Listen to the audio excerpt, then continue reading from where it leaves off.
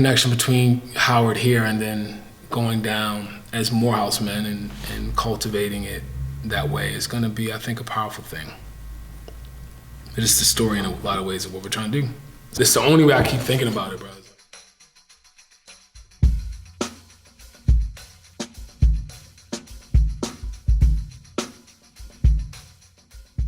What is environmental justice? Through this experiential learning journey, we seek to understand this for ourselves.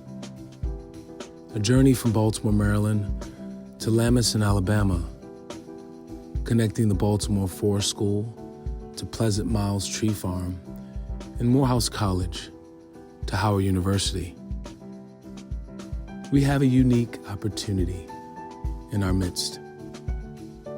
One that cultivates soil for schools and harvests trees to serve as tools for learning. We all know that the best way to learn is by doing. This film shows a 3-day journey of understanding.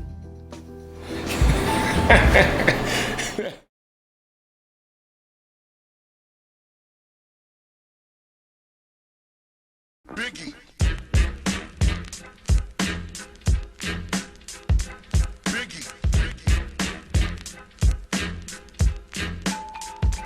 Pleasant Miles Tree Farms was established in 2016 in Wilcox County of Alabama. Pleasant Miles was created to reflect the Syracuse family's vision for learning, educating, implementing, and exceeding the highest standards of forestry stewardship and wildlife management. When asked to serve alongside Temple X to support their initiatives with resources and education for students from Howard University, Morehouse, and Spelman College, we were extremely humbled and excited to engage in what we know will be a value-added relationship for all stakeholders. We would get it there in the spring for the Howard students to make it, and then the Baltimore City would actually play with these toys. So it's a pipeline. Hey, could I check? Can I check these out? I'm like, So we started building this for the metal. That initial. And so in some ways in Baltimore right now, we have 6 of these. So my land, so basically you see those tall pines that were left, that's the property line. So this piece of property line goes off. You're gonna do it.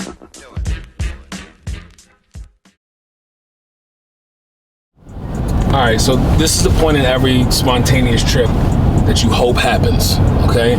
Today we had every plan to go back to Pleasant Miles Tree Farm and to cut down a tree. That was the whole purpose of us coming down here. A good friend of Yemi's, Chad, yesterday helped us and cut, was it Red Oak? Red Oak. Red Oak. Yeah, so we have a piece of that, but we were supposed to go back and cut down some pine trees at the farm. Literally last night, I had a delicious meal. I had catfish tenders. I had a whole fried chicken. Afterwards, we were looking for hotels. We couldn't find a hotel from there all the way. I mean, we had to drive, an hour and a half to get to a hotel. We get there last night, and there's a gentleman there who I guess mentions that he's here for an agriculture conference. Now, wake up this morning, the lady hyped up the breakfast, which was just a regular continental breakfast, to be honest. We're excited about the meal, and the gentleman was there, actually pulled Yemi aside, and they are down here for the Federation of Southern Cooperatives Land Assistance Fund. They're down here having a conference. Now, we're talking to him, and he's teaching us about these cooperatives, right? There's a group of people coming from all these southern states today on our last day on this three-day journey. So I look at Yemi, I'm like, bro, this seems rather, this is divine intervention. Like, we passed 8 hotels. I called like 6 last night. We passed so many hotels that were all booked. I don't know if they're booked for this conference or if they booked so we could literally meet these people. But we are driving out right now to a 1,500 acre training facility. And you have all of these cooperatives that are going to be there, and they're learning about how to start cooperatives, how to develop their bylaws to have cooperatives so that they can work together as black farmers. Now, we're going to do what we do. We're going to pull up, you know. I think I chased down a bunch of people at the hotel to say, hey, we're here. you know, we're down here trying to develop something and develop a concept. Really, we're here to get these kinds of contexts. So we're going there right now. Yeah, a spontaneous moment on this trip. Day 3, this is our last day here. We have an opportunity now to meet with a bunch of black farmers at a space. And I think the actual conference doesn't start until tonight at 5 p.m. So we're gonna have a moment here to ourselves with the planning committee. Yeah, and I'm just like really excited. Hopefully they'll be down for us to be on camera there. But this is what road trips are all about. So if we get this contact, they said they just cut down some lumber. I think they have a forestry kind of section to this train. Yeah, so here we go.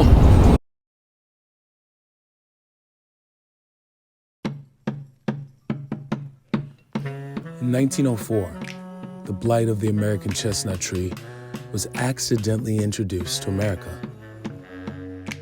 Found by a forester on the grounds of the Bronx Zoo, the blight of the American chestnut tree, the year 1904, marks what some call the greatest forest loss in history. An estimated 4 billion American chestnut trees were destroyed from New York to Alabama. Now, we have accidentally introduced the blight of the minds, bodies, and souls of American children.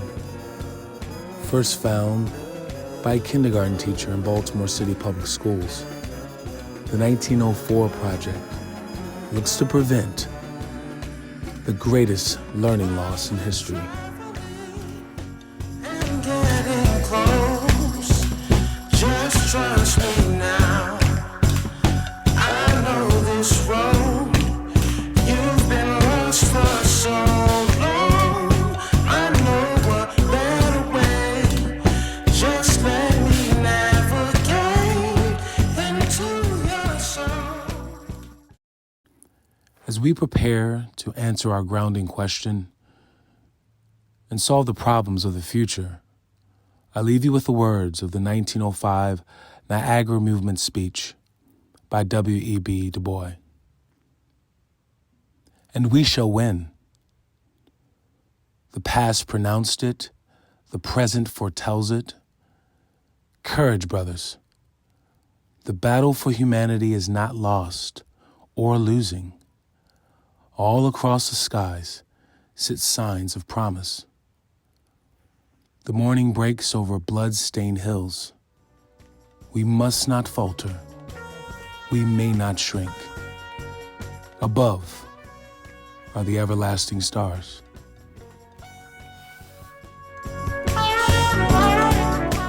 We've found through this journey that environmental justice is belonging. Environmental justice is reclamation of the blissful joy and healing found in nature. At the same time, environmental justice is equity, not just in the natural resource, but in the process.